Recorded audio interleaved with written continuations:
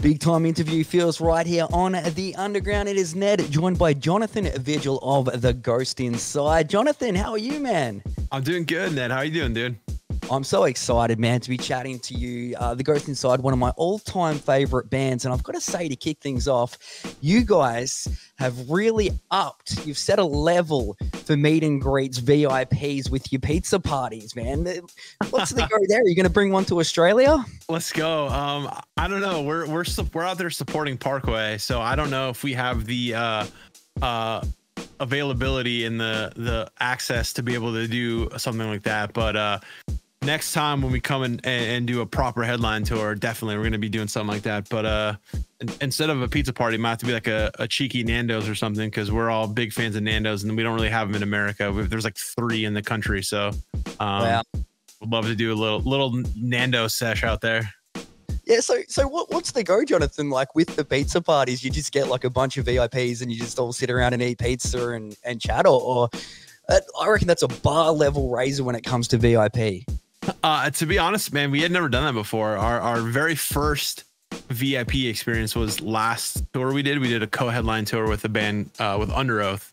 We did a co-headline tour out here in America, and the tour was sick, and we had done VIP for the first time ever. And instead of pizza, it was a coffee club. So you would come, you'd get your own like enamel mug, like, you know, that you drink coffee out of, and TGI mug, and then we would just hang and just literally just chat with fans like we're chatting now, like one-on-one, and they would just ask us stuff and, you know, take pictures and all kinds of stuff. It was really cool, man. It was a really cool experience to be able to put names to the faces that you see in the crowd. You know, some of these people have been going to your shows for, you know, 2, 3, 5, 10 years. You know, they'd been fans for a long time, and it was cool to get to know them on a more personal level. And that's what we're doing with this next one's a pizza party. We're trying to just think of different things we can do, and, you know, just ordering a couple pizzas and hanging with fans and chatting with them and telling them stories about the record and, you know, whatever else they want to hear and stuff. I probably won't eat pizza every single day. I'm going to be honest. I'll probably get sick of it after a while. So I'll probably eat it like every other day, or, you know, every once in a while. But it's cool, man. And I think that only lends itself to when you're doing a proper headline tour. I don't think it's something we can really do on a support tour, especially a 2 of 4 tour. But yeah, I'm just excited to go back to Australia, man. Like we love it there, and it's going to be so much fun. Oh man, we are so excited to get you back out here. It's sort of, it's like tour of the year type feels with you, Parkway Drive and I Prevail as well. Can't wait to have you here. But on the topic of the pizza thing, before I go on to the next one, Jonathan, what is your go-to pizza? I'm kind of boring, and I just pepperoni. Just pizza. Just plain pepperoni. I also like pepperoncinis, the little like banana peppers. So I'll do pepperoni, but usually it's just plain pepperoni or just plain cheese. I'm just a good quality just cheese pizza is just like, it's hard to beat, man. Like you just can't mess that up. I love it right there. All right, man. Well, let's talk a little bit about Searching for Solace. It's heading our way April 19, not too far at all. How was the recording process this time around, Jonathan? It was really cool. It was a real different experience for us, because the last couple records we've done with the same team and the same the same producers, and you know, we were able to bounce ideas off a couple different people and really just cultivate the songs that we wanted to make and do what we wanted to do. And this record for us was really important, because I feel like our record in 2020, we all love those songs, we all love that record, but it felt like a real lateral move.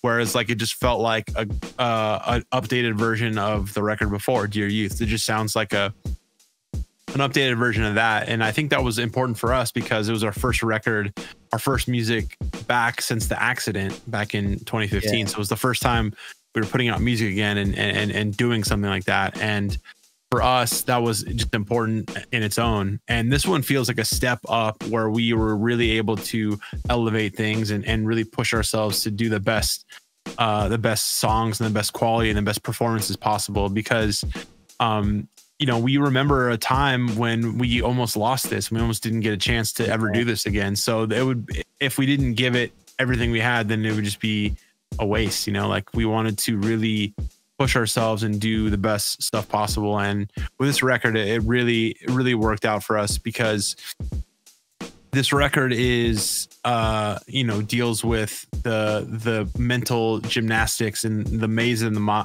mind that you go through all the time. You know, there's so many like dead ends and U-turns and wrong ways, and, you know, back and forth and ups and downs throughout everything in life. And you're always in your own head about stuff. And this one was really important for us to do songs that really contrast each other and really like had, you know, this back and forth feeling, this really yin and yang, this like push and pull situation. And that's kind of what we went through on the record. And it really, I'm just excited for people to hear it and hear the journey and feel it and see what's going on with it. Oh man, it's very much worth the wait. We've been lucky enough to check it out. And what I wanted to say, Jonathan, was there's something about the Ghost Inside that it's healing. I guess it's a weird sort of concept with TGI, because you can listen to it when you're angry, you can listen to it when you're happy. There's just that all around feel to it. Do you get that sort of feedback much? Like it got me through the pandemic, the last album, and then like, you know, the best day of your life, you put TGI on, you're feeling fantastic, and then the worst day of your life, you put it on, you start to feel better. There's just something special about it. Yeah, I think that's a big part of the band, man. I appreciate you saying that. It's something that we have never taken for granted, and it's something that we've always really worked really hard to cultivate. I always told myself that if I was ever in a position to be able to talk to a lot of people and to have some sort of influence or have some sort of message or have something to say, I wanted it to help people, you know, like be in this position. It's not something that a lot of people get to do. It's a very, you know, like there's so many factors into getting to this position and being able to do this. So I was like, I don't want to squander it. I want to make good on something, and I want to be proud. I want to be able to look back and be proud of what I've done and who I am and what we accomplished. And it really means a lot that we're able to be the band that people look up to and you know, get the tattoos of and get the lyrics that I write and get all that kind of stuff, and just be an overall a band that people overall just really appreciate. You know, like I feel like we're a band that we're not everybody's cup of tea. You know, we don't appeal to everybody, but the people that like us love our band, you know, and that's a really cool feeling to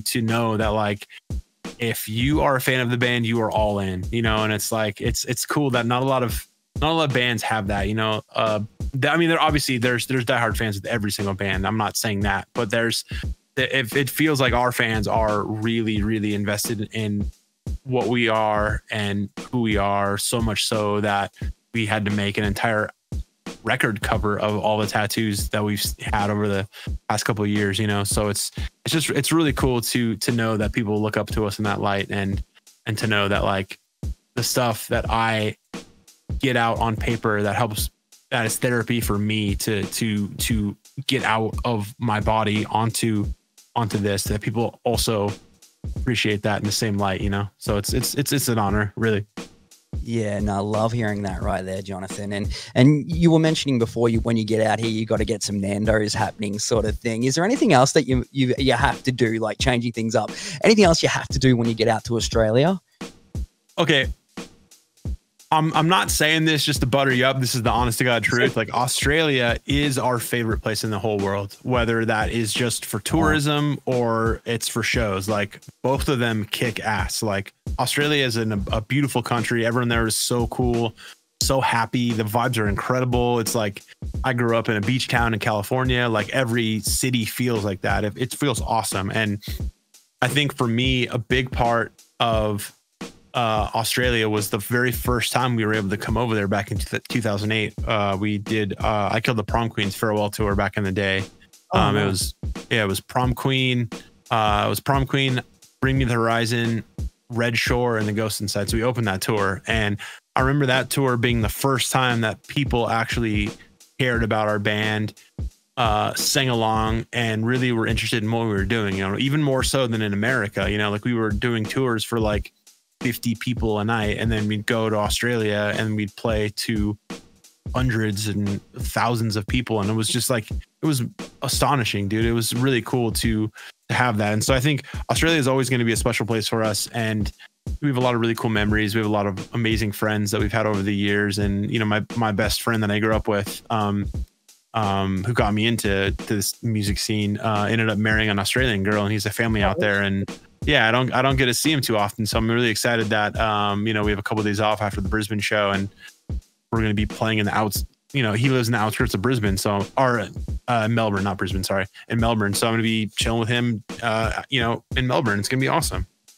Oh man, that's fantastic right there, and love to hear it that you love it out here as well. Now, Jonathan, I'm gonna switch things up here. Are dad jokes a big thing in America? Do you have like dad jokes?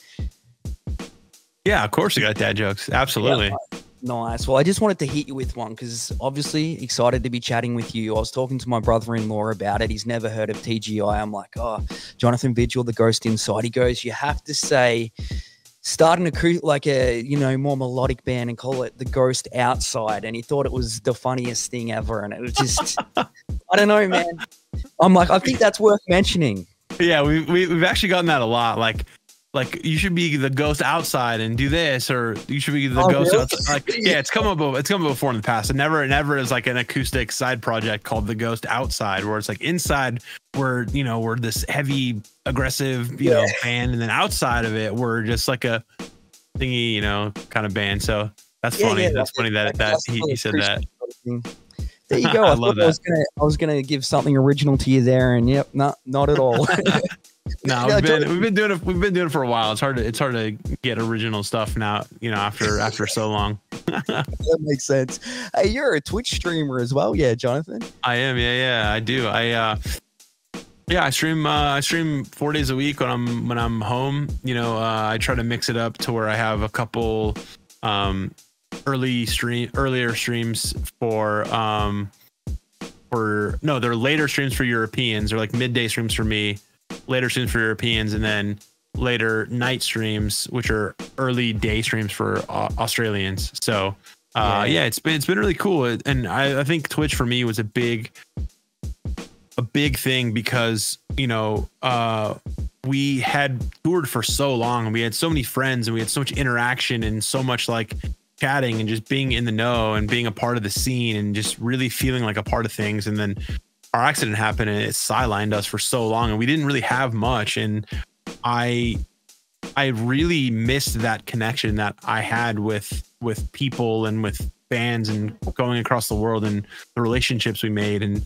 And Twitch was huge for me. You know, I've been streaming on Twitch for a long time, since 2016, basically. And a lot of Australian people, you know, were some of the first ones to come hang out on stream. And it's been a long time coming to go over there and hang out with them and see them in person, other than just, you know, a name on the screen. But having that kind of interaction and, you know, hearing about bands like, you know, Alpha Wolf for the first time on stream, and you know, this was years ago, hearing about Alpha Wolf and Polaris and, you know, Void of Vision, and like hearing about, you know, the music scene, when I was so detached from it because I was in my own world recovering and not a part of the music scene. And it was really important for me, and it was really big for me. So yeah, Twitch has been huge for me. And now it's at a point where,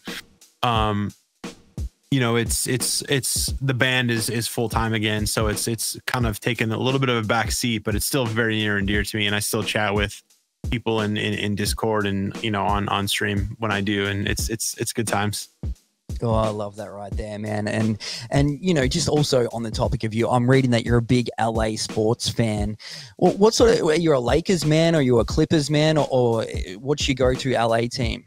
I'm not a big basketball fan personally. I mean, I think basketball is fun to play, but like watching it, like it only like matters in the last like 2 minutes of the game. So it's like it's hard for me to get invested. But like obviously when there's cool like fucking dunks and there's like sick plays and stuff, like, or sick passes and stuff, that stuff matters. But I grew up at a time when the Lakers were like the GOATs. Like it was like Shaq, Kobe, you know, like that era, like early 2000s era. So Lakers for me are my basketball team. But again, I'm not a huge basketball fan. I'm more of a ice hockey fan and a baseball fan. So I'm a big Dodgers fan, LA Dodgers fan. Grew up, there's pictures of me in the crib. Like I was like not even a year old wearing a Dodger hat, like just love the Dodgers. And then, you know, when I got more into my adult life, I you know, I became a huge Kings fan. Like I always liked the Kings. I just never really liked hockey as much as I did when I became an adult and started playing it. I'm like, oh shit, hockey's amazing, dude. So Yeah. started, you know, getting big into hockey. So a big LA sports fan. But as far as like, you know, the major sports, I think I really only follow baseball and hockey. Oh, nice. All right, man. Well, my buddies and I, we're heading out to Los Angeles in October. All things gone right. What should we do when we're there? Check out a Kings game? Well, yeah, normally my go-to is say, dude, you got to go to the beaches and check them out. But like you're Australian, so your beaches are like, you know about the beach life and the beach culture. But you know, there's tons of stuff to do in LA. But yeah, there's amazing food.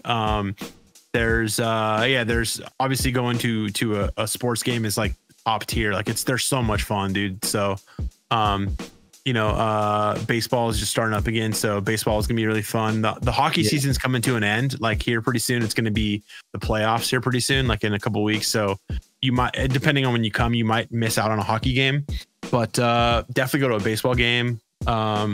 Nice. There's tons of like cool hikes and there's tons of like nature stuff, and obviously, you know, go see the Hollywood sign, like, you know, the touristy kind of stuff like that. But LA's a cool city, man. I miss it. None of us live in LA anymore. We all live in Las Vegas, Nevada. Oh, you're in Vegas. Well, there you go. That's actually one of the spots we're going to, because friend is a big time Raiders fan, so we've got to see. Okay, sick. Yeah. We're 4 out of 5 of us live in Las Vegas now, just because LA is so expensive, man. It's so hard. You have to make a lot of money to be able to like really survive and live out there and have a good quality of life. Where it's like Vegas, you know, I'm able to support myself by doing music and doing the band full time. Whereas LA, it was like, especially after the, you know, the accident and having to kind of be put on hold a little bit, it was really hard to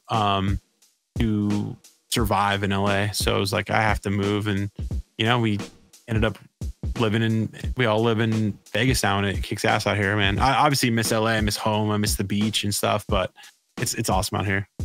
Oh, that is awesome, man. Yeah, great to hear. Got a little bit sidetracked there, just talking sports and whatnot with you, but it is all about the searching for Solace. April 19th, pre-orders are live now. You can get a skate deck through Australia too on the pre-orders here. Very, very cool. And of course, you're heading our way in September with Parkway Drive and I Prevail. It's going to be a massive, massive show tour. Is there anything else that we need to know, Jonathan? You got the album coming out very, very soon. You got the Australian tour.